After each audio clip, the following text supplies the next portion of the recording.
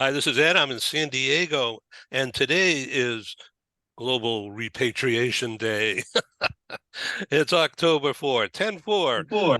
and we are live and being recorded on our favorite Zoom.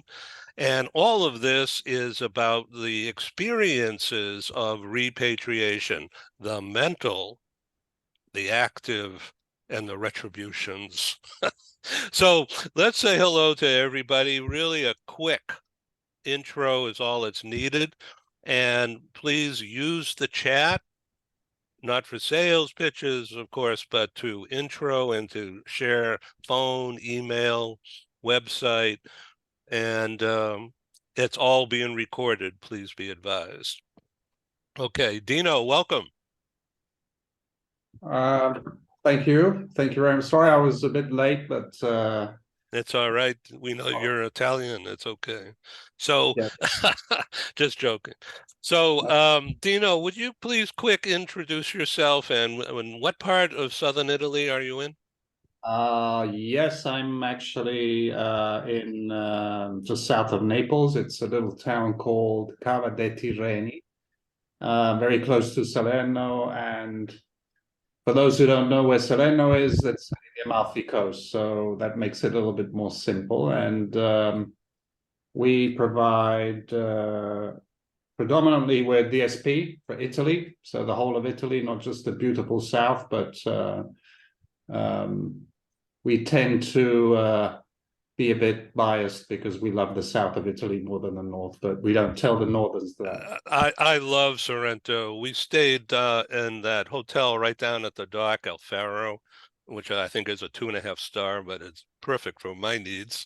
And we get on the hydrofoil and go south and over to Capri as much as possible. But haven't been there in 3.5 years, just waiting to go again. I Steve, apologize. We did miss each other this year, but yeah, I know. With the timing, and so Joanne had a hip replacement, and so we were kind of laid up for a couple of months.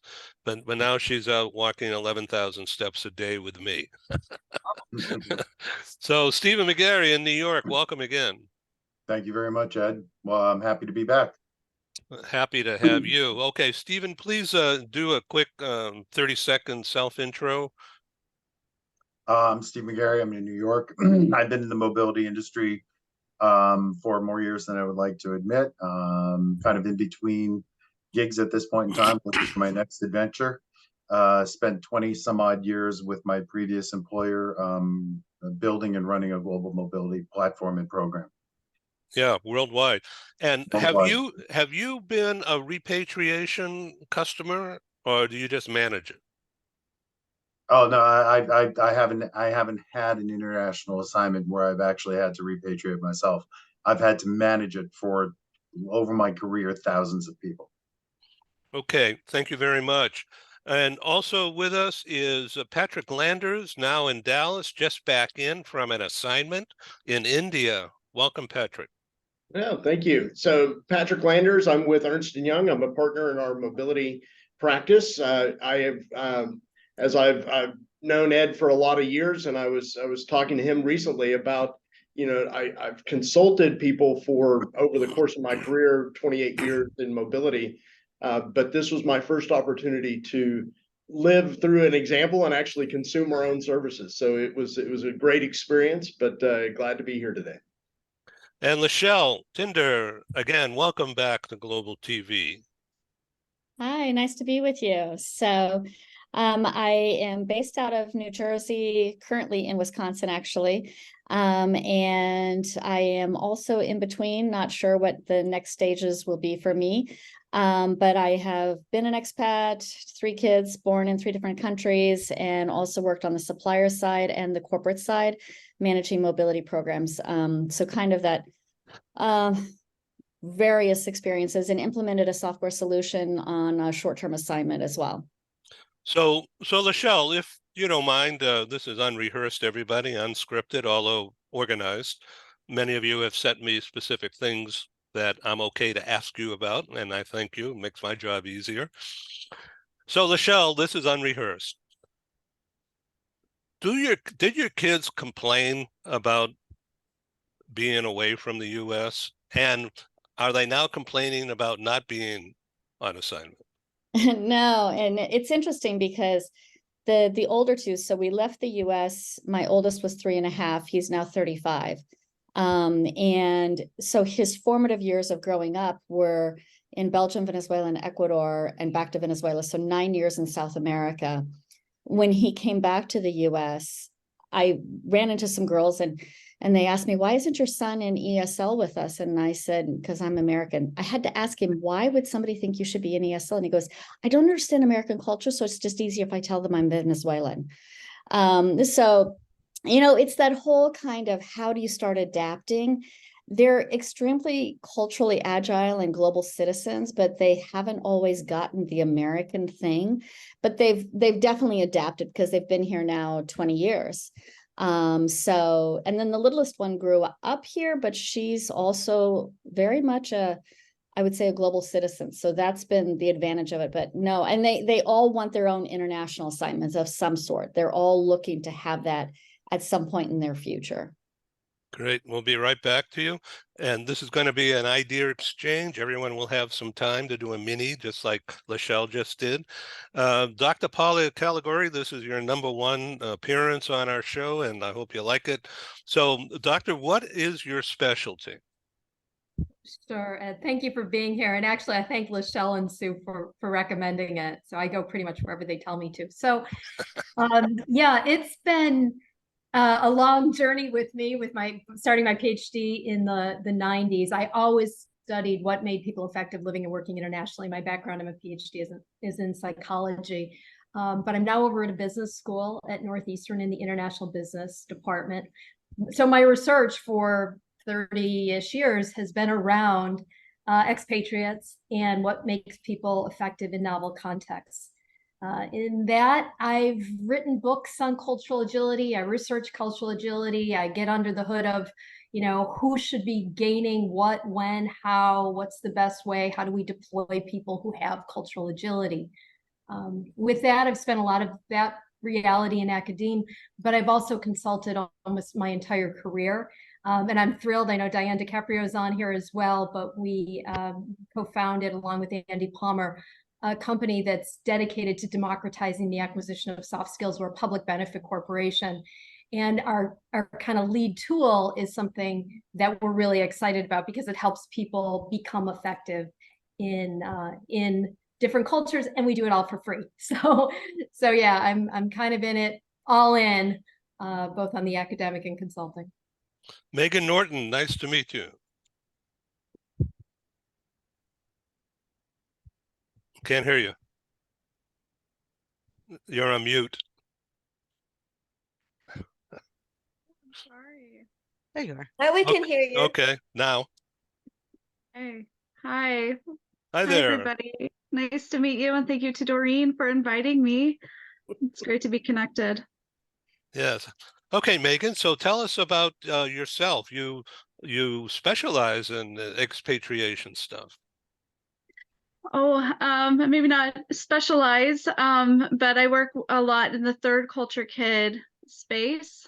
And that in itself has the element of repatriation, especially for third culture kids who have grown up outside of their passport country for a significant part of their adolescent years and then return. And as Lachelle was just mentioning about her children, and Lachelle and I know each other, so hello, good to see you. There are so many different factors. There's the term called a hidden immigrant, where you perhaps understand that there's going to be cultural differences for yourself, but your peers, educators, community members might not be able to visibly see that right away. And so those are factors that I definitely talk about and advocate for community members who are receiving repatriates or people who are repatriating to their passport country to understand. Great. Thank you, Doreen, for bringing Megan to us. And Doreen Cumberford is in Mexico, has been on assignment many times, a former diplomat, also in Saudi for a long time. And you have hot tips for people who are in the process of being expatriated. And you your favorite line, I love this, about rewiring your brain. Yes, you trot this line out to me with great regularity to remind me that I said that. Thank you. Yeah, I know, and now the world will tell you. I have been out and in the global mobility space and an expat for let's say 4+ decades, and lived in 9 countries, and now I'm actually retired, quote, rewired to a new country and a new culture as a semi-retired rewired person. And so I just launched a podcast called Nomadic Diaries, which is really to support people in all the different global mobility communities, because each of us face that. But one thing that I have found, and I'm 2/3 of the way through the book, Megan. It's and the book is sequel. It's how to move home after living overseas with ease and grace. Because this expatriation process is not, repatriation is not what we think it is. And I would love to talk to Paula to know if you have any science on this, but I've talked to hundreds of people and we've done surveys of the repatriation, and it can be very, very difficult. And it can mess up people's lives just because they're not prepared. And simple 2 or 3 steps would make all the difference in the world. So just a little bit of preparation is needed. Number one step. Number one step is you will be surprised. Be prepared to be surprised. Okay, I say that because our friend Sandra is in Saudi right now, and Yeah. she and her husband are getting ready to come back to Houston. And we were just discussing things off camera. And how worried should she be at this stage? Oh, I don't think that worry really helps the process. We can fret about it, but one of the things we can do is prepare all the parts of ourselves, because our bodies, Sandra, your body's going to arrive in Houston, right? And then your stuff is going to arrive in Houston, but it sometimes takes weeks, months, and for many people, years for their actual mental and cultural intelligence to arrive back home. There is a lag between our bodies and our thinking. And no one outside of us can see that because they can't unzip us. So they can't see into our hearts and souls, but we have changed at depth after we've lived overseas. And Sandra is going to be on our podcast talking about her preparation to come back, and I'm so excited about that. Thank you for introducing us, Ed. You do a great service to the globally mobile communities in connecting people. You know, I used to try to do this in live meetings pre-COVID, and it was really expensive to do that, as well as time consuming. And for the past 3.5 years, I've been doing this, and it's so much more fun. I'm going to London to do a live meeting with HSBC hosting me, and of course, I'm honored and privileged to have that capability. That's December 7, Pearl Harbor Day. So, but I've done 723 or something like that meetings on Zoom since we started 3.5 years ago.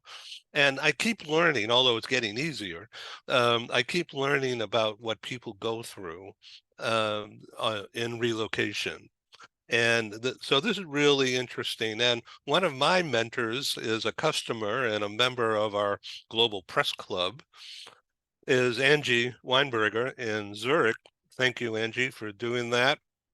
You sent me a laundry list this morning of what to starch and what not to, but you, Angie is known as the global mobility coach. Yeah, Global hello. people transitions. Angie, do it about 30 seconds, and then I'm going to ask you a couple of questions about your list. Sure. So, yeah, first of all, welcome, and thanks, Ed, for having me back on the show. I think I know about 50% of you already, and I'm trying to connect with everybody else right now on LinkedIn.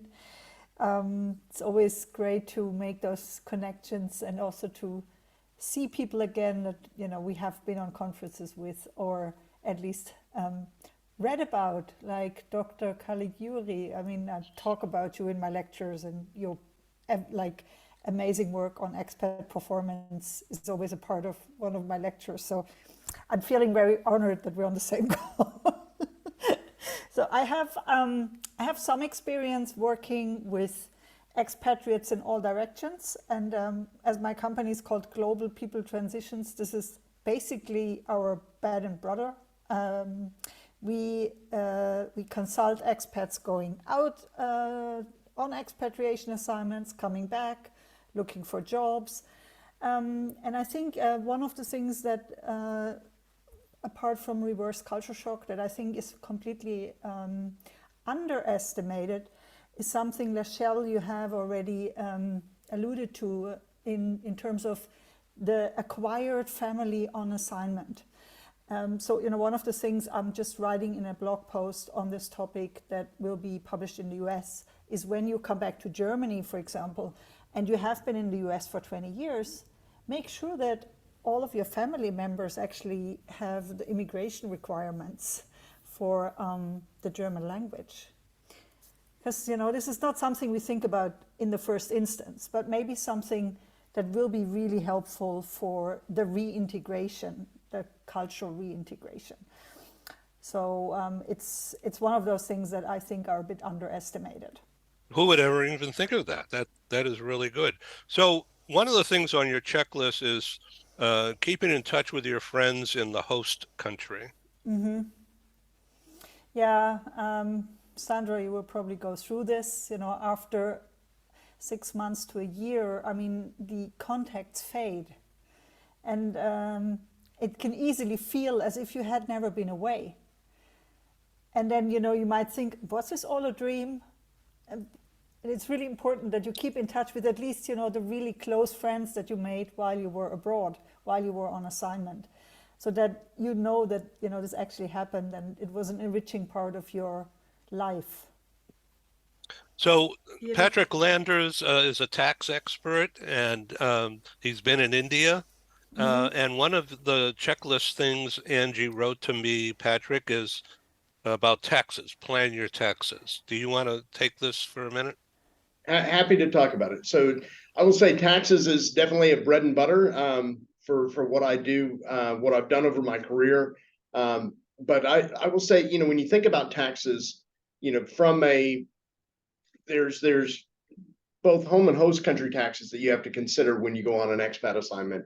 And, generally you're working with a tax provider. A lot of cases you're working with, Ernst & Young, we do home and host country returns for individuals, but sometimes if you're on your own, you may have to pick your own provider. So maybe you're used to doing your home country return. You have to go into a country, you need to pick somebody that has experience dealing with cross-border taxes, because just doing in my case, a US person going to India, doing a US tax return by itself is a very different skill set than doing a cross-border tax return that considers Indian tax credits, considers in the US, we have rules around foreign bank accounts that you have to report information about what holdings you have. You have to report information about foreign earned or interest and income that's earned outside the US. So the US taxes individuals on a worldwide basis, which is a concept in a lot of countries that is not very familiar, because a lot of countries,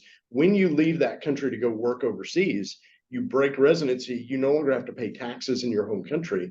In the US, you continue to pay as a US citizen or a green card holder, you pay taxes. And then when you go to that country, you have to figure out what the laws are there, because sometimes depending on your work visa type that you have, the type of work you're doing can have a direct impact on the type of taxes you pay. And just one last thing about Indian taxes in particular, India has rules that depending on how many years you're there and you're present, you could end up having to pay taxes in India at some point on your worldwide income as well. So there's a lot to consider about taxes. I can say when you're going over as an expat, taxes are the last thing on your mind. But there are countries that can restrict you from either entering the country or even leaving the country if your taxes are not considered. So even though it may be the last thing on your mind, it definitely needs to be part of the checklist. Okay, everyone's going to have plenty of opportunity to chat. I want to intro Sue. Sorry, Ed, just one more little thing that I just Yeah. wanted to say, because this is easily forgotten. When we talk about repatriation in the context of international signees, repatriation maybe at the end of their career, after they had a long career, been in a lot of countries, one of the things that often comes up is severance packages. So just make sure that, before you get a payout of a severance package, you talk to your tax provider, you talk to Patrick, and make sure that, the payout of the severance is done at the right time, so it's not working against you. That's a really good point. Thank I'm you. not going to talk more about taxes. That's what I have to say. But we are going to talk about mental health, and we're going to go back to you in just a minute. Okay, Sue, hello again. Hello again. What have you decided about becoming a national leader of CTAR?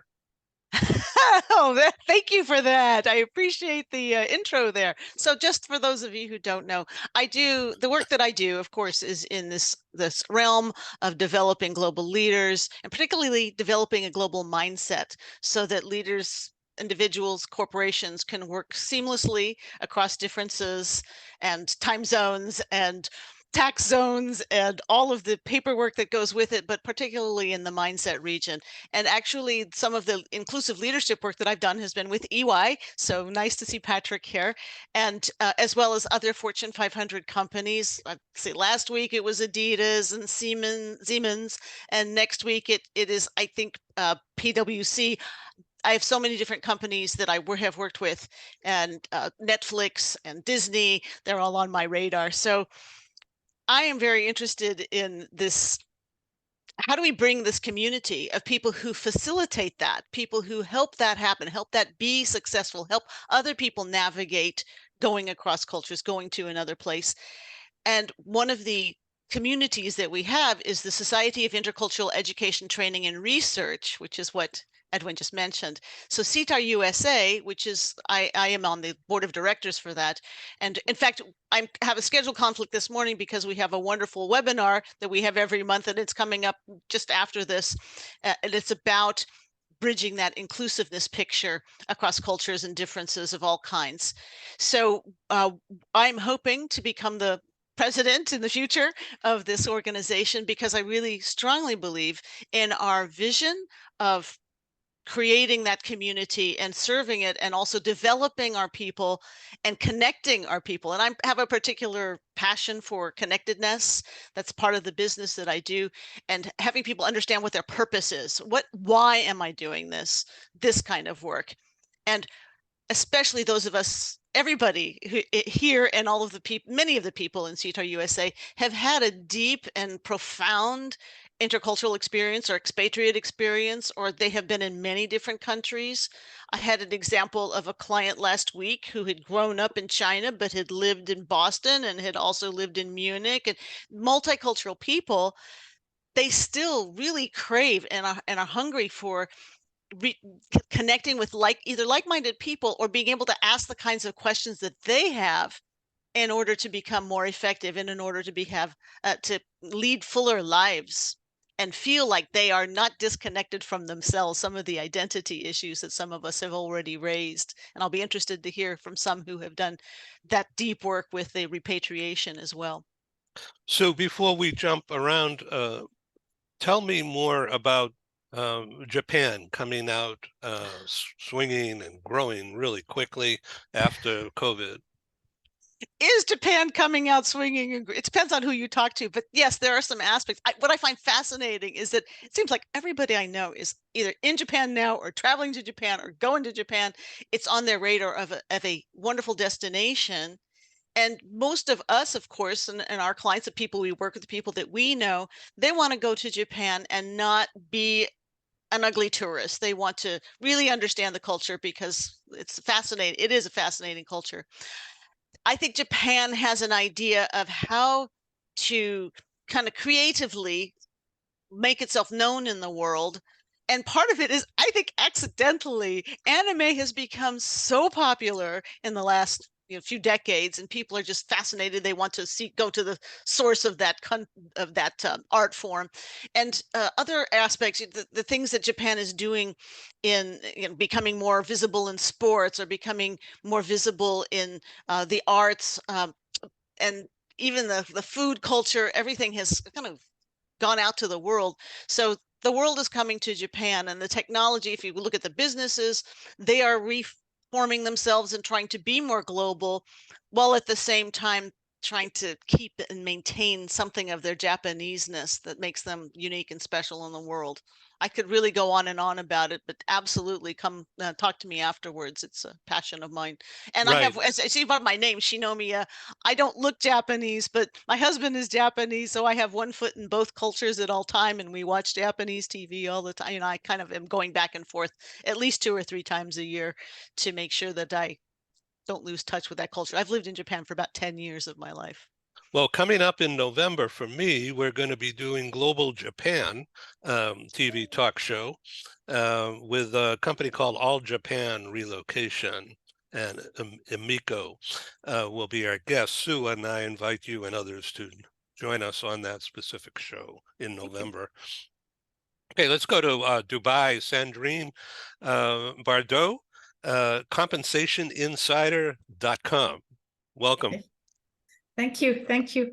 Yeah, I'm French. I've been based in the UAE for 17 years now. I've been an expat in Italy 3 times for 3 different companies in 3 different cities in the UK, going back and forth with France. And I've been an expat. I've been repatriated. Never really a truly good experience, even though I was working for those like super high quality multinationals, to be honest. And I should also take part of the blame, because I'm a total rewards expert, and part of the work that I always did was to oversee global mobility, either for my whole company when I was a global head, or for my region when I was in a regional role. So I've seen both sides, and I hope I'll be able to contribute today. Well, you already are, my friend, and will, especially when we do Global Dubai TV show. So more on that later. So I also want to let you know, although we don't have anybody from India on the program, Patrick just came back, we are going to launch a series called Global India, and a well-known destination services provider is going to be a guest. We'll get to that later. Sandrine and I met in Paris in 1999 when I produced a live meeting at Le Méridien Montparnasse. And Sandrine at the time was European or French European head of Microsoft, Comp and Ben. And that's how we met. Along with Philip Berry, who at the time was Global VP HR with Colgate-Palmolive, based in Paris. And we partied like it was 1999 at that event. It was great. And Sandrine and I have stayed in touch over the years. I'm real thankful.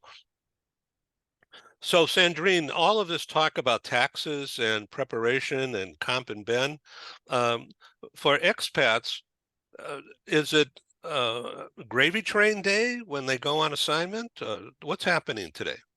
Oh, I think, I don't manage as many programs as I used to, but the days of the lavish expat assignment are kind of gone, except if you're really like a super senior executive or somebody really special. I think a lot of companies have kind of cut back on some of the all those multiple allowances and support that they were providing to their expats. They're trying to hire more people in what we call a local plus type of contract, which means that you're kind of severed from your social security, pension, and so on. You move on to a local contract in the host country, and then you get on top housing assistance and other types of benefits, a lot of them one-off, upon the relocation. So I think the programs are not as good as they used to be. Financially speaking, I think they're still as good from an experiential point of view, a personal growth point of view, a professional growth point of view. It's just that you don't make a fortune maybe like you used to some years ago. And I just want to give an example of my father. My father used to work for what then became Airbus, and when he started his career, was actually one of the very few engineers who could speak English in the company at the time. And they had this small plane called Corvette, which is like a regional transport. You could put like, I don't know, 10 or 20 people in it. And the US wanted to have a transfer of technology. So they sent my father and therefore me and my mom and my sister to Oklahoma City. And we spent there 2 or 3 years overseeing this kind of transfer of technology. And would you believe that in the early 70s, so I'm kind of giving up my age there, my mom tells me now, you know, your dad, he didn't get paid extra. We were just paid a salary over there in the US. We were covering all our expenses with that. We kept receiving our salary back in France. And at the time, nobody ever thought there was even like, I was like, so were you paying double tax or something? My mom said, no, I don't know. We just didn't do anything. And there were so few people at the time who were international expats. I think they were not on the radar of the tax services, you know, they were like a blip. And now there are more people. And as we have more global mobility, just generally speaking, talking of migration, not just mobility as well, states, governments are paying more attention to that. And I don't think that how my parents went to the US, like they were told, go on a plane and we'll find a place for you to live and just go and do it, you know, and that was it. And then they just went. That was a completely different spirit about 50 years ago than what it is today. So I love this field because it's always changing. It's fun. Yeah, you know what? The show has become a multi-generational education tool. Both ways. Me as an old guy, I'm learning from people in their 20s. I have a granddaughter who just turned 26 and got a graduate degree in hospitality and was working for the Four Seasons here in San Diego. And she just quit, just like that. Bang! You know, because she had a disagreement with one of the managers.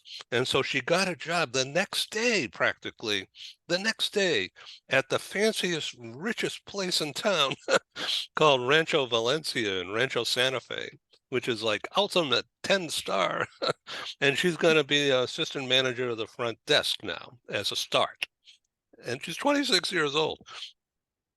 Looking forward to an international assignment. So we're learning from the kids, and hopefully they're going to watch the show and learn about international relocation and what it takes to be a success. We have the faculty right here. So thank you all for being on the show. I want to switch right back to Angie. Angie, one of your prioritizings on this list here is prioritize the well-being of your family. Now, this goes to mental health, doesn't it? Yeah, and you know, also generally to think about that as a topic, because you know, in the whirlwind of the hamster wheel our expats are in, sometimes the family can get lost a bit. So it's, I think, just to make sure that everybody's okay, you know, with whatever's going on in the repatriation process. Let's say you have teenage children, you know, for them it's probably very hard to leave their friends behind. Or maybe your spouse has just started a new career, finally, you know, after having trotting along with you for years. Or maybe you have a pet, and you also need to make sure that your pet is okay. So I just think it's keen to make that point, because it's very often neglected in such processes and such transitions. Yeah, Sandra, do you have a pet with you?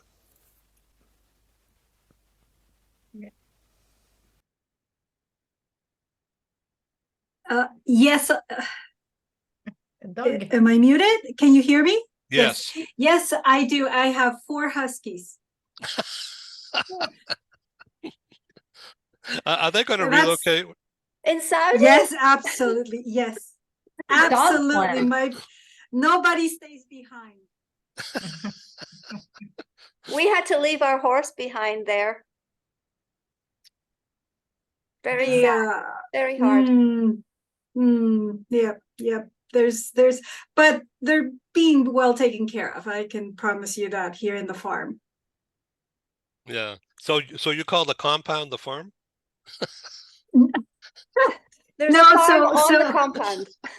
exactly. There's a main camp. We call it main camp, right? Where Aramco is. So it's this huge city. I mean, driving through it takes about 45 minutes. Huh. Okay. It's an entire city inside the company, or I'm sorry, the company is inside the city. And so you have a farm in a certain location outside of the compound where there's horses, there's the vets go there, they dedicate one special day, every Wednesday, they go and dedicated to take care of the horses, surgeries, vaccinations. I mean, they are dedicated to these horses. It's fascinating. Wow. We desperately miss that lifestyle. Oh, I know, right? Ooh, don't say it. I'm already like, when you come home. But yeah, those are the things that repatriates miss. We miss the people we love that became our family. We miss our pets. Yes. Angie, you know, opened up the heart part of this, and it's not easy. Lachelle, I see you nodding as well. We've all left parts, and Megan and Sue, we've all left parts of our hearts. And Patrick, everybody here who has lived overseas, we have left part of our hearts around the world, which is part of the sensation of loss and the grief that comes along with being repatriated, because there is deep grief and deep processing of this. Well, Doreen, just on that point, we were living in Bangalore at the time when COVID hit. And so we had 3 days notice that we are going to be evacuated. And so we packed 5 days worth of clothes with my wife and my 4 kids. And we packed up, and we had, against better advice from our company and everybody else, we got together for one last quick party with our neighbors and our other expats, because it ended up being the last time we saw many of them. And so we didn't get to have the traditional, going away party and all of that. We had a very abrupt departure. But it as you said, it is there's a grieving process of you're missing that connection that you have, that close connection you have while living overseas. You bond with people from all over the world in that in that time, in that moment. And then when you go back, repatriate back, you find that one, a lot of those friends aren't there with you anymore. And then also you are the people you interact with, especially ones that have not been on an assignment, they don't relate to you. They don't appreciate the impact that it had.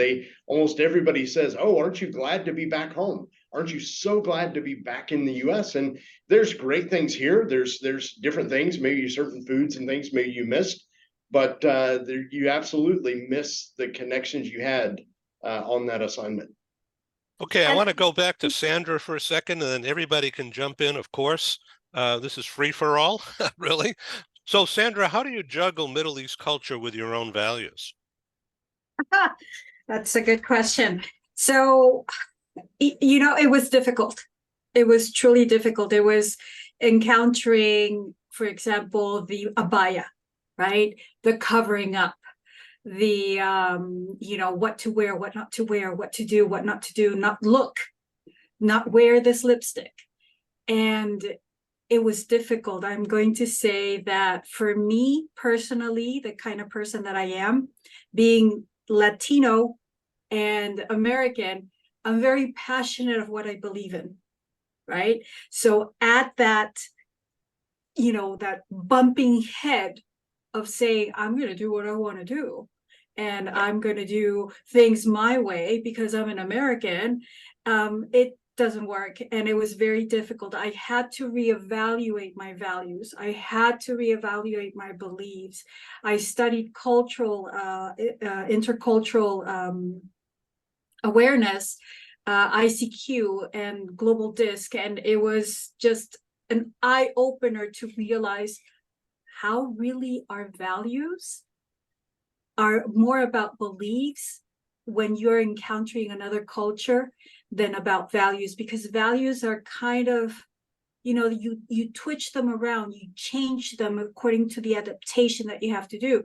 So beliefs are really what keep you from adapting. So yeah, I've adapted, and now my family says that I'm become very conservative, that I drive very carefully, that I'm more, reserved. So, you adapt to the country and you become a different person. So be ready. That's another thing. Be ready to realize that things have changed. And about life in the compound, would you like to give us 30 seconds about that? Yeah. So this is a compound mostly dominated by Lebanese.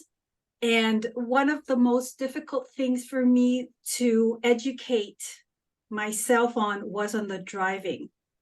So Lebanon has, many of the streets are not yet paved. And there is really, like, they make their own roads, right? They just drive the way that they want to drive. There is no right of way. There is no whoever comes, goes first, and so on and so on. So I have to say, before I kind of became a little bit more aware of cultural understandings, I fought a little bit of that. And then somebody educated me, and it wasn't very nice. It was an eye opener to see that, hey, this is what's going on. They come from Lebanon. They're not doing this on purpose. This is how they do things. So give them a little bit of time. Compound life is a micro society, and you have to learn how to live in a micro society. And that cultural awareness is one of the biggest things you have to do. Ask questions, be curious, do your research, think before you act. That is one of the best things that I can tell people when you live in a compound. Okay, so this is all about managing stress, and I know Angie has done a lot of work on this, and everybody here has. So, Sandra, Yeah. how have you and your husband blossomed from this experience and the stress? Okay, so one of the things that we agreed was that we knew we were going to have differences. We knew that we had to talk about everything that came to our heads, because as a former global mobility partner, I understand that the process requires a lot of conversation, a lot of lists. You create a lot of lists. You have to go through every single step of the process. And that requires talking. It requires to have your mind in the moment, because you know how men are. Some men, that you're talking to them and they're like, and so you have to discuss and say, hey, we have to be in agreement about this. So there has to be a moment where you sit down and you talk about relocation. We agreed that if we fought, and I mean literally fought, that things would stay in the day before. We would not carry them to the next day. We agreed that we would really think that anything is replaceable, except the dogs, except us. And as long as we were all six together, that's all that mattered. And we had to focus on each other. Him and I, it's us, and we are in this together. That's what we agreed. That's how we have blossomed to talk to discuss, not to fight.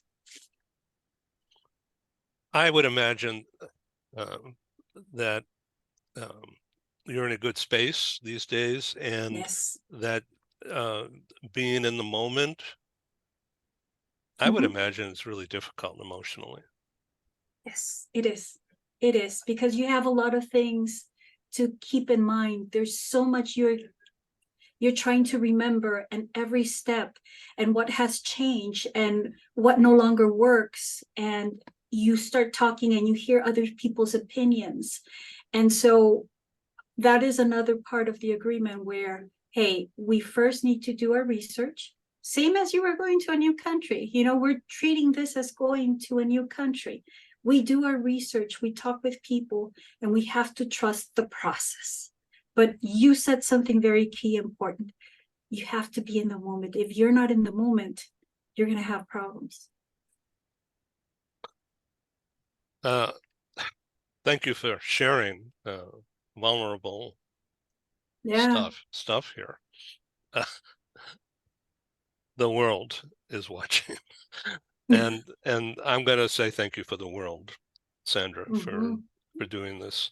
Angie, let's go back to you. You have told me recently that you're focusing on, and have been for a long time, and now really a laser focus on mental health issues for people who are alone, or loss of normalcy for them, and people feel isolation, and that creates all kinds of issues. Could you take it from here? Yeah, so I mean, just to circle back to repatriation, I think Sandra already mentioned that, you know, it's another transition, obviously, like any life transition that people are going through. It triggers a psychological adjustment process. So whether you're, whether you're going on assignment or whether you're losing, for example, a partner, the psychological process is very similar. And I think we know enough about the research on grief and loss. Doreen, you mentioned it too. We just had a colleague from FIGT who just brings out a book on this topic, on good grief. We know that an assignment has the same sort of effect on a person. And one of the things, I often encounter or refer to is that the fact that somehow we feel more alone when we're on assignment, because we're not always in a family constellation, and not everybody has a partner that tags along with them. So, it could be, for example, that you're a woman and you're alone on your assignment, or you feel alone as an expat partner. You are with somebody, but you feel very much alone. And so I think that topic of feeling isolated, that can be best addressed with a community, to find sort of your home, wherever that is. It could be an online community. It could be through a coach, for example, or a global community. It could be just with, for example, the first thing that comes to my mind now, it sounds a bit cliche, but in Zurich we have, for example, the American Women's Club. Yeah, so just to find people that are similar or go through a similar experience can sometimes be a relief. And I think it's also important that you allow yourself to feel those feelings. Because you might think, especially if you're the expat, you might think, well, I'm so privileged. I'm now, I can live in a compound, or I can live in Singapore. I have a maid, I have X, I can travel to India, I can be in India, I have my driver. And you probably think like you should feel better about it. But if you have those feelings of loneliness, of cultural adjustment, of culture shock, I think it's best if you allow yourself to also have those feelings.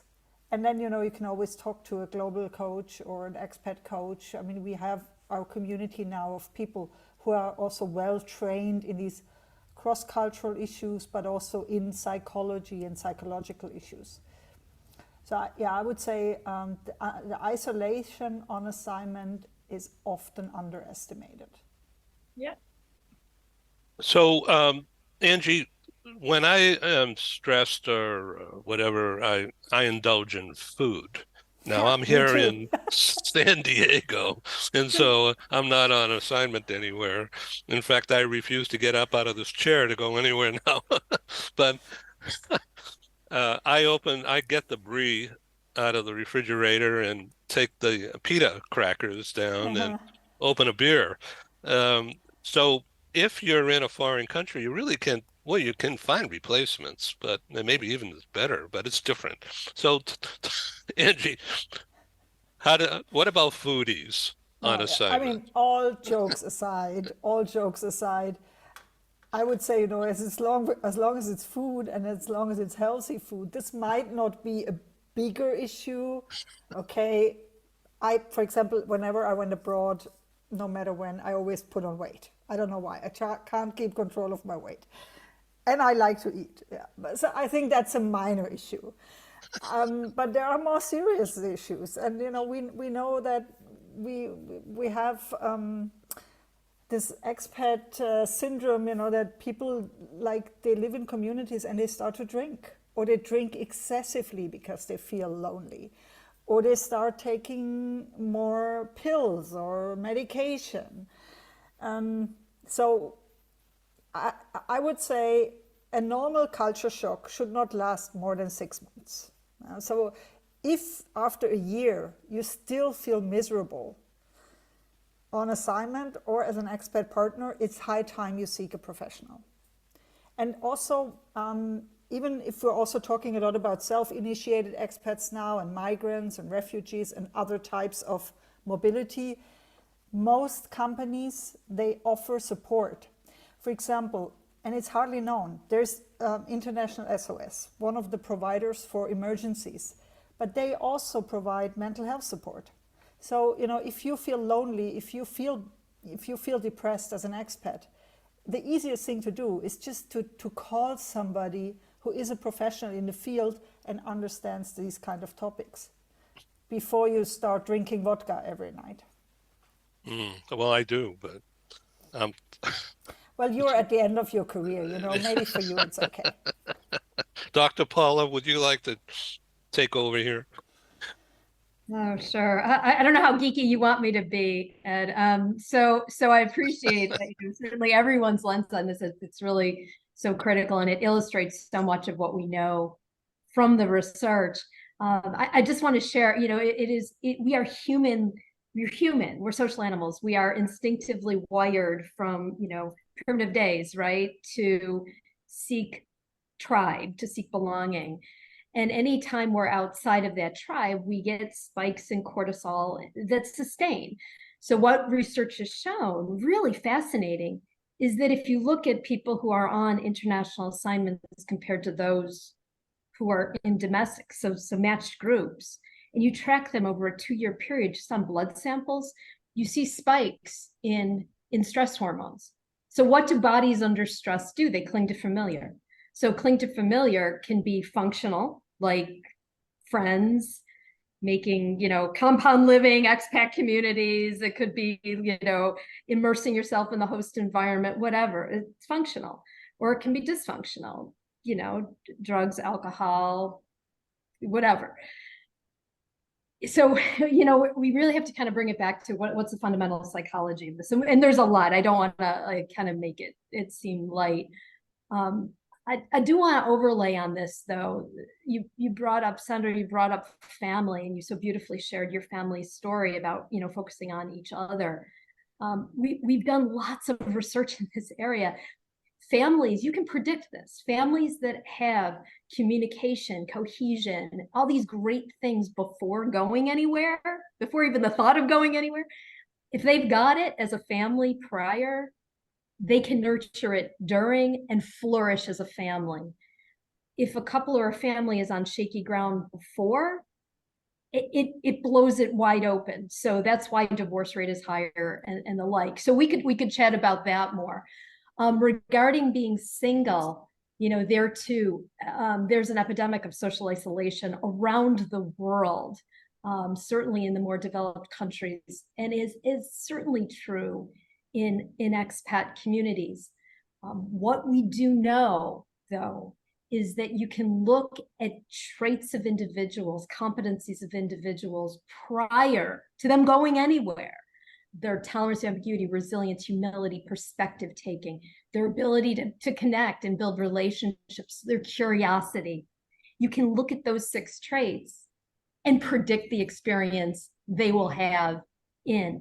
Those individuals who have those traits or have some kind of constellation of those traits can embrace the environment, can make new friends, can connect with people, can create a sense of belonging regardless of where they are. So again, I don't mean to be so geeky about it, but so many things that you're all describing are beautiful illustrations of what we know in the research. And then one last thing, and then everyone on this call, we've all lived abroad. We've all had amazing, rich, developmental, life-changing, pivotal, transformative, I'm running out of synonyms, experiences. Not everyone does. So it is fair, and I think we have to acknowledge this, that some people go because their company needs them there to do a technical role. And they're gonna cocoon themselves around all things familiar for the duration of time that they need to be there. And they're going to slip back into the country happily. They won't have this profound, oh my God, where I have my identity. They don't have it. They're back to business as usual. It was a cool experience, and then there's the other half who are much like everyone on this call. What I think, at least what I'm working on now with a lot of companies, is identifying what do you really need people to be gaining while they're there? Because in some cases, these profound developmental experiences occur when really all they needed was someone there back onto it. And they lose them because you don't want to lose this skill that you've gained. In other cases, of course, they absolutely need people to gain and develop these global competencies, these cultural agility competencies. And then, you know what? They don't get them, but you know what? They've had the experience, therefore they must be promotable, and that's succession planning. So I think we kind of have to understand that we all represent one end of the continuum, and that there's a range both in terms of the transformative developmental experiences that we've had, and then the nature of what our organization need for the use of these skills. So with that, I will stop being geeky. Thank you, but please stay with us. Steve McGarry, thank you. So, what do you think of all this? Yeah, I want to thank Sandra for her very heartfelt description of her family's situation. There are some things that go around, and I've been listening to everybody, and going back to how people move. And in the early 70s, what happened is that people just kind of they moved themselves. There wasn't a lot of international relocation as opposed to domestic stuff. As companies in the United States decided that instead of having their offices in San Francisco, Seattle, and Los Angeles run their Asia businesses, they were actually going to open Asian offices and have them do it locally. And then we have people start moving around the world. And when we first started people moving around the world, quite honestly, I know a lot of people who were able to bank their whole salary because companies paid for housing, they paid cost of living differential, they paid for cars, they paid for schooling, they paid for everything that the person could actually have. The person's salary went into the bank. It was that simple. It became very, very expensive for employers to be able to sustain that kind of program. And as over the last 15, 20 years, people have slowly been going to more local to local kind of packages. You're going to get paid locally. You're not going to get the huge expatriate package. And it's something that we all spoke about, it's much more sustainable for the employer to be able to do that. One of the reasons why is because the way that somebody moves has changed too. You used to have, you're going over to this location for 3 years and then you're coming back. A lot of times now, the job is now in this location, so you're going to have to move there. And you can't have a quote unquote forever expat. You can't be giving them the expat packages forever and ever and ever. Once again, financially unsustainable. So you're either going to have to localize the person or move them over local to begin with. Now, one of the things that I have found is that whether somebody is going on a complete expat assignment, and there are still those, where somebody knows they're going for 3 to 5 years and then they're going to come back to the location to which they left. The best thing any company could do for them is before they go out, make sure that they have proper cross-cultural training. Because proper cross-cultural training will take away a lot of the angst that people will actually have going into the location. If you're doing a candidate assessment, and part of that candidate assessment is to do cross-cultural training with the employee and their family, the employee and their family will then be able to decide, I don't think we're going to be able to do this. Or, yeah, we're all in for it. It's all part of the pre-work that the company and the employer should actually be doing to make sure that their employee is going to be successful. Because they're going there to do a job. And if the employee is not happy and the employee's family is not happy, the employee is not going to be able to do their job. So if they do the proper training and assessment prior to somebody going there, and then once they get there, or even before they get there, but as part of the package to them, give them the proper, I don't want to call it really destination services as much as it's settling in. I think it's more of a total settling in to help people find the networks they're going to need so they don't feel alone. You know, one of the things that people mentioned is that the trailing partner, the person's at work, they're home alone, they're bored. What do you do when you're bored? You eat and you drink. You know, so you've got to be able to help these people and their families get settled once they are there. And that all starts prior to it. Now, going back to the whole repatriation situation, if you know that this is a 3 to 5 year gig that this person is going to be on, that repatriation start as soon as they get there. It shouldn't wait until 6 months before somebody is there. That person needs to have contacts in the home location. They need to be able to go back home where they're going to be.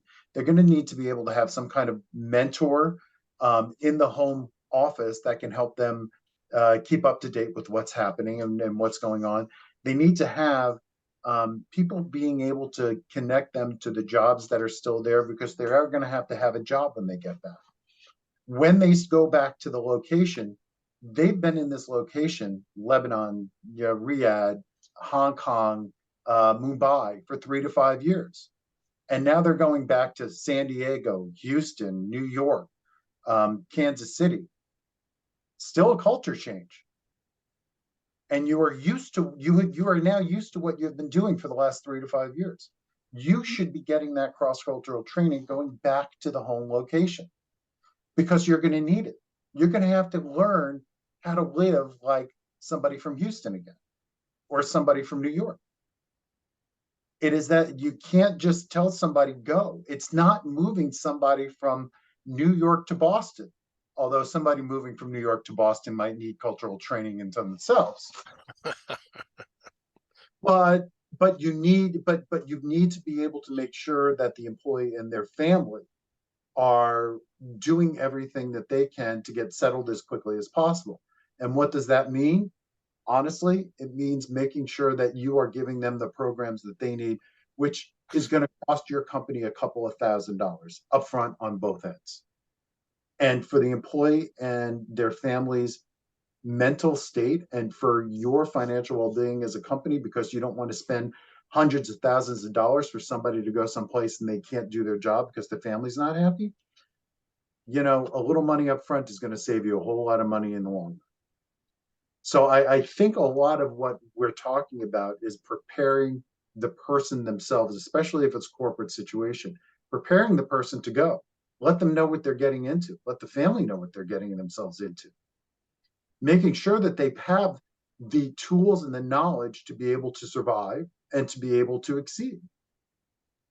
And then the same when they come home. It's not just one way. You've got to work on coming home as well. So Dino, what do you think of all this? And do you recommend limoncello? I always recommend limoncello, and also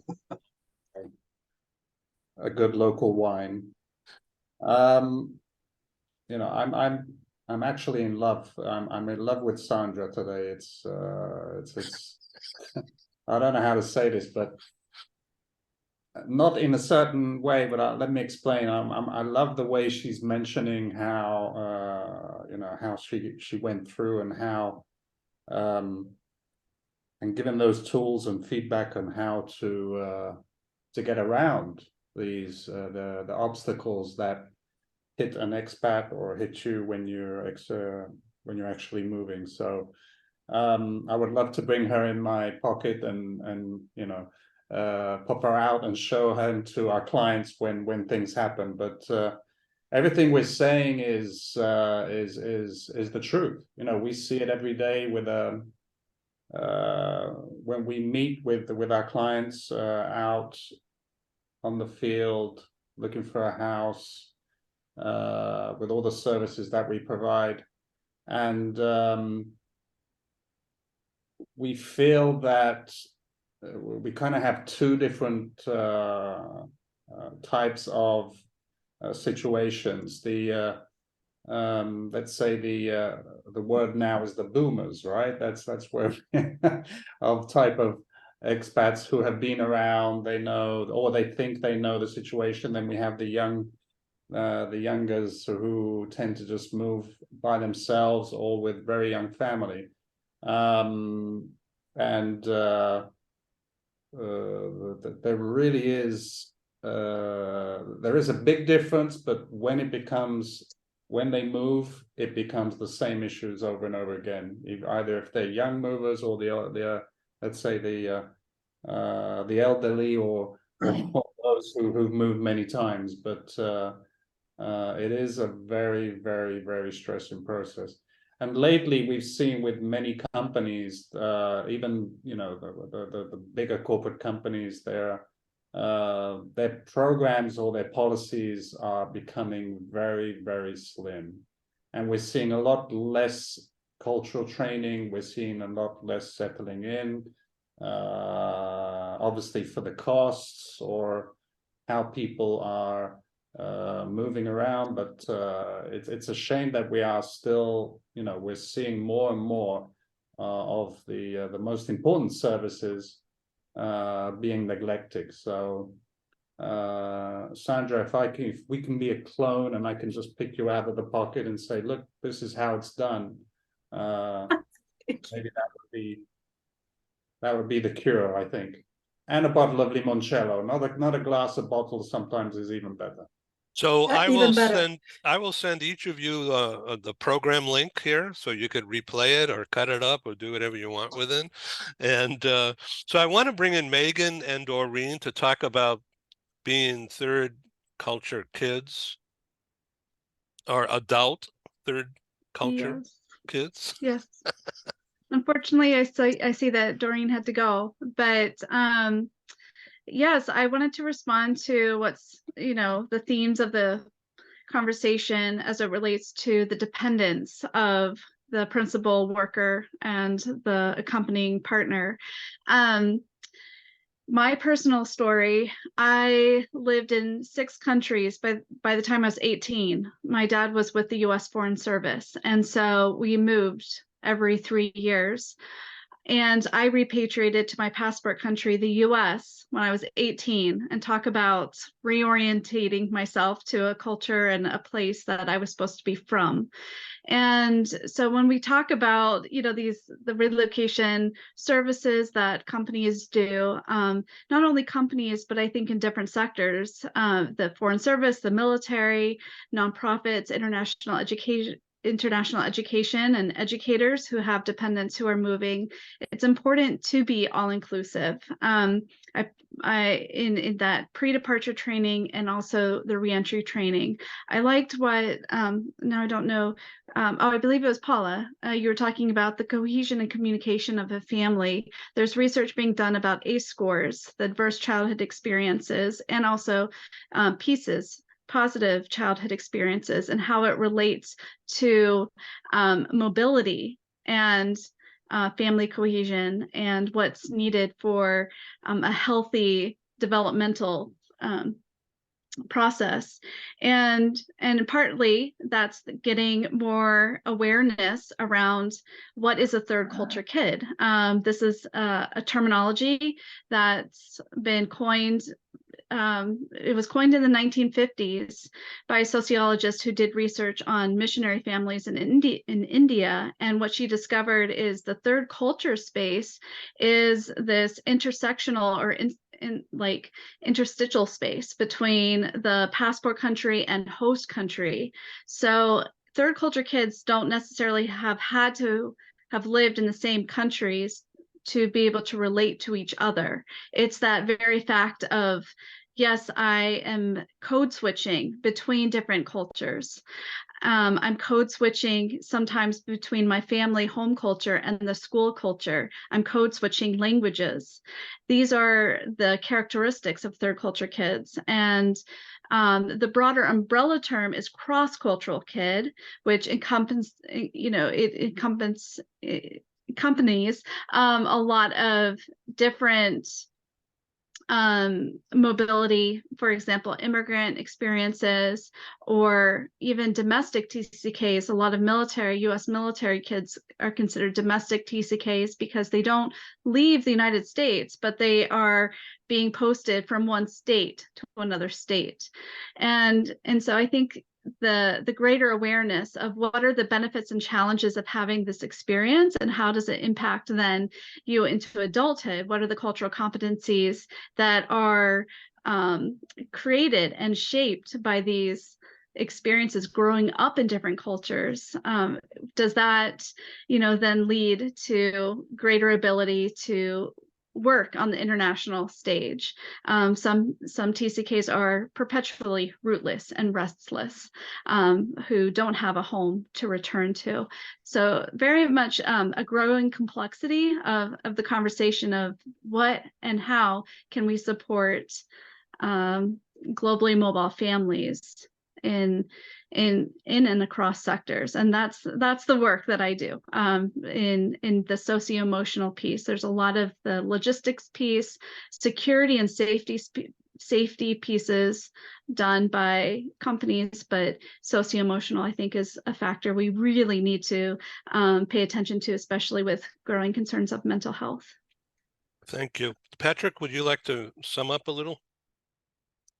I just reflecting on the wonderful conversation here. It is so amazing the kind of personal stories that everyone has. I will say, from a personal perspective, I look at the conversations around kind of mental wellness, and I look at that especially as it applied to my children. So taking 4 kids to India, before we went overseas, they'd never traveled outside the US. And so their first international experience from a travel or anything was moving halfway around the world to live in India. And we were a close-knit family. We met a lot of the requirements that were here. We went through some cross-cultural training. We did a lot of things right, but we only found out years later, in conversations with the children, especially our children that grew up over there and are now off at university. They came back and told us, they said, months while we were there, and they hit it well. We were involved in activities, we communicated as a family, but it took them a while to adjust to what was going on. And they were used to playing sports, they were used to interacting in a certain way.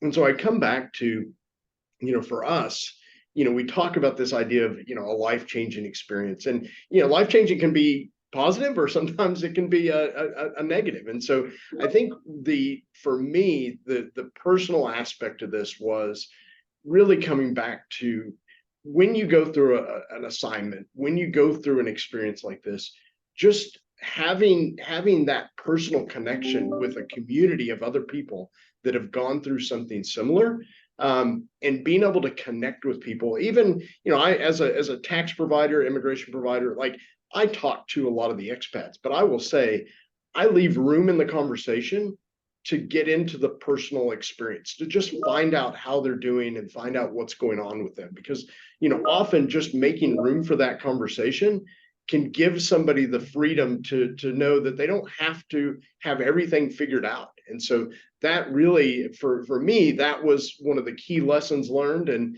it's something that I apply even today with people I interact with, both personally and professionally.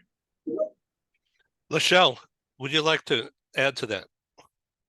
Yeah, I think that, kind of also tying in with not only connecting with the community of expats and people that understand you, but I think that looking at how we change and we evolve in that transformation, my connection back whenever I repatriated was best helped by connecting with other Latinos, because I had become more Latina in my nature. And I felt better. It was almost as though I didn't know how to be an American anymore, and which could be offensive to some people. My mom in particular was like not happy whenever I would say something. So I think you have to find what is the type of community that works for you, and give yourself grace to just say, it's okay. Even if other people don't understand why, it's okay that I need these people to help me reintegrate. Because that grief is tremendous. And even if you are, very, I think, culturally agile and all of those things, I think you have to give yourself a little bit of space to just say, it's okay, I'm going to go through grief. I need whatever people I need, and this is how I want to do it. But then also coming back to you, Sandra, we had so many conversations, and we had just arrived in the US, hadn't even been here maybe 2 weeks, and there was an opportunity to go somewhere else. And I said, I don't think our son can make it. And so, we had to talk to him, and he was like, no, don't move me yet again. I can't. And so you have to have those conversations that are sometimes heartbreaking to understand what's going on with the kid's mind and how they're managing it. But just being patient, I think, is the other piece of it, whether it's with yourself or with your family members. And then where you have the opportunity, go ahead and talk to the people within your company to let them know, hey, I may need a few extra days. I need to help my family get better adjusted, because that is something that I think a lot of times companies don't look at as needing a day or two extra. That is just to settle people in or do things, because we don't build that into policy a lot of times. Some companies do, but some companies don't. So as somebody who managed the program, I would often go and say, do you need a couple of extra days? And then I would go to the manager and I say, they're going to be taking a few days. It's business days. This is the way it needs to work. And as mobility professionals, we can help with that. So I think it's just having that communication that you need to, like you said, Sandra, recognizing grief as a normal process, and how you need to connect in your communities the best way possible. So, Lachelle, I want to jump in just for a second and say I'm touched by the way your son was mature enough to speak up rather than, go behind the closed door and go a little nuts. Well, and I think it goes back to the conversations that you have to work as one unit when you are overseas. And if you don't work as a unit, and if you don't create that trust and respect, that as parents, we can make mistakes. And, when we were living overseas, if there was something that we felt our children were not listened to or not asked or something, we went to them and we talked to them and we apologized. What do you need? We make mistakes too. We may be too focused on something that's going on in the world. What do you need? And I think that by creating that trust, it helps them to then feel confident to be able to come forward with it. So your specialty, a lot of specialties, but Asia and Japanese, you wrote a book about it. So give us some insight there. Thank you. And I'm really interested in listening to everyone's conversation and looking at all the pieces that need to be in place for a successful and meaningful and forwarding expatriate experience. I had an experience, well, my own personal experience of having been in a country like Japan, which is in so many levels, very culturally different from the US, kind of on that deeper level. My reentry was a mess. I talked about this in the last session. I personally spent about a year being depressed and trying to find myself. And some of that had to do with my identity that I had formed about me being a director in a I was working gainfully 70 hours a week in Japan, and I had this career going, and then came to my country thinking, oh, I'll just, somebody will hire me easily. It will be easy. And it was so not easy for me personally, emotionally. I mean, my husband basically had to, I mean, he was wonderful, but he had to kind of kick me out of the house. So, Sue, go and do something, because my brain had changed. I didn't understand. I think I had forgotten the skill set of selling myself, for one, which is a very US, definitely a skill set you need if you're going to network and find a new job. I had forgotten that, somebody else, that there was no safety net. I have to do it on my own. A lot of those little things. But I wanted to get back to the kind of US to Japan, and with an expatriate that I worked with recently. It was a very interesting moment when it occurred to us that they hadn't really had a good onboard, pre-departure program before they went to Japan. And I was doing the whole day of let's talk about Japanese culture, because they hadn't quite sorted themselves out with that. Because what she said to me was, Sue, I want to feel patriotic again in my own country, in the US. And I thought that was really interesting, that that's how she framed it. I want to feel patriotic again. And I knew exactly what she meant, because you see it from this insider-outsider perspective. How do you integrate that? And how do you, looking at what Sandra was saying about her own personal experience too, is making that become your whole self, and making you, kind of enriching your life experience and your relationships, as opposed to something that causes confusion. And I travel in both worlds, US to Japan and Asia, and with other Asian countries, and looking at individualism. And there's a lot about, oh, you're supposed to be individually resilient.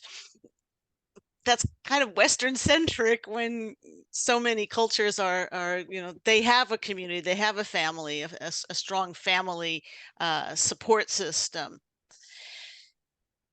supposedly. But then when you go to another country and that's not present, these are all the things to really think about and sort out on a kind of practical level. And we can do it with some of the research, which is great. I'm so glad we have people like Paula who are digging into the research, and people like Patrick who are digging into how to the companies, and Stephen who are digging into how to companies make a better expatriate experience. And then the rest of us who are writing about it and making sure that it's visible, that this is something that makes that increases your talent pool. This is something that, to think about your global companies in the future. This is the future.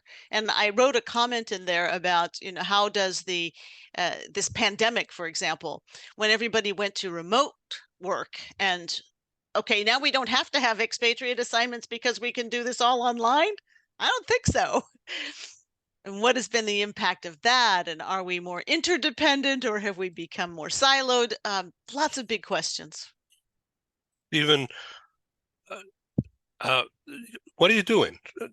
You looking for a job, or are you going to be an independent consultant? Or I at this point in time, I do have some consulting projects going on. I'm not ready to retire. I can't do it. I enjoyed the summer, I can tell you that. But the summer is over. My wife is a teacher. She went back to work. So not working, you get pretty bored just sitting around the house. I am looking for a permanent position still, but in the meantime, I'm doing consulting work. Yeah, most definitely. And it keeps the neurons flowing up here as well. There's only so much Price is Right you can actually watch. yeah, so this program is a terrific deep dive into reality, and many stakeholders in a large organization like your former employer for 22, 23 years did. I'm not asking you to divulge anything, but it just seems that there was a break, and why would they not want you? You have such a human touch to what you do, and a likability as a leader, a top leader in that organization, of bright high flyers in marketing and media. Why wouldn't they understand what goes on with repatriation and mobility? I'll give you this program. Perhaps you should send it back to them. and I'm not going to try to get into the mind of the people who made the decision, because the decision has been made, and it has been made, and we're all living with the consequences at this point in time.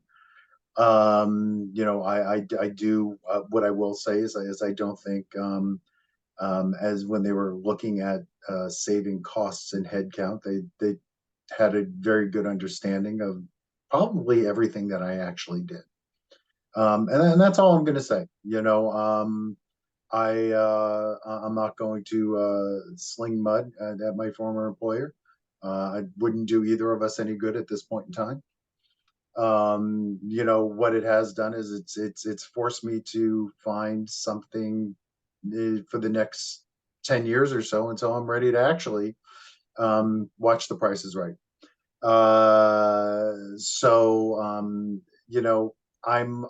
It probably it's just a good kick in the butt to get myself going for the next great adventure.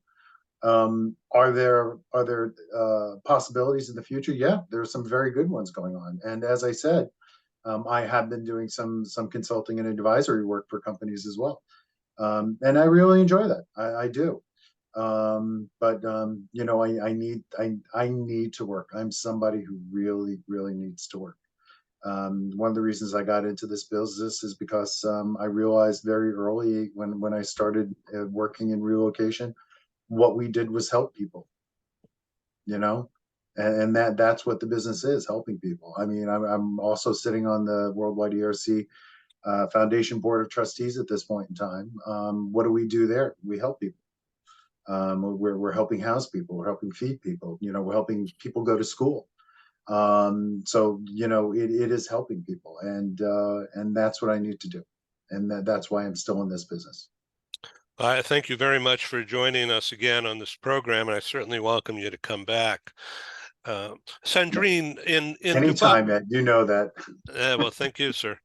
Sandrine, the business scene in Dubai is global. I mean, there's all the Russian smart people have left Moscow and went to Dubai, I guess, right? Yeah, we joke in Dubai that we now call it Dubai Grad. So yes, there's been a surge of people from, let's say, Eastern Europe recently in the past year or so. But I have to say, to be honest, I've been here for now a long time, and it's, first of all, everywhere you're told, oh, there are so many locations that are so multinational, like Singapore, for example, or Abu Dhabi as well. And I've been to Singapore, and I've lived in Abu Dhabi as well. And I swear to you that the mix of population that you have, even in Saudi Arabia, is not the same, because there is, even though there is a huge community of, let's say, subcontinental Asians, so Indians, Pakistanis, from Nepal, and so on, Bangladesh. And technically, they're the biggest number. A lot of them you don't see because they live in the labor camps, because they're low-skill employees, so they're not really interacting with the rest of the population. So the people that you see in your daily life are truly coming from everywhere. So you mix with the nationals, as we call them, which are the citizens of the GCC country. I'm saying because Sandra is probably experiencing the same, even though she's on compound.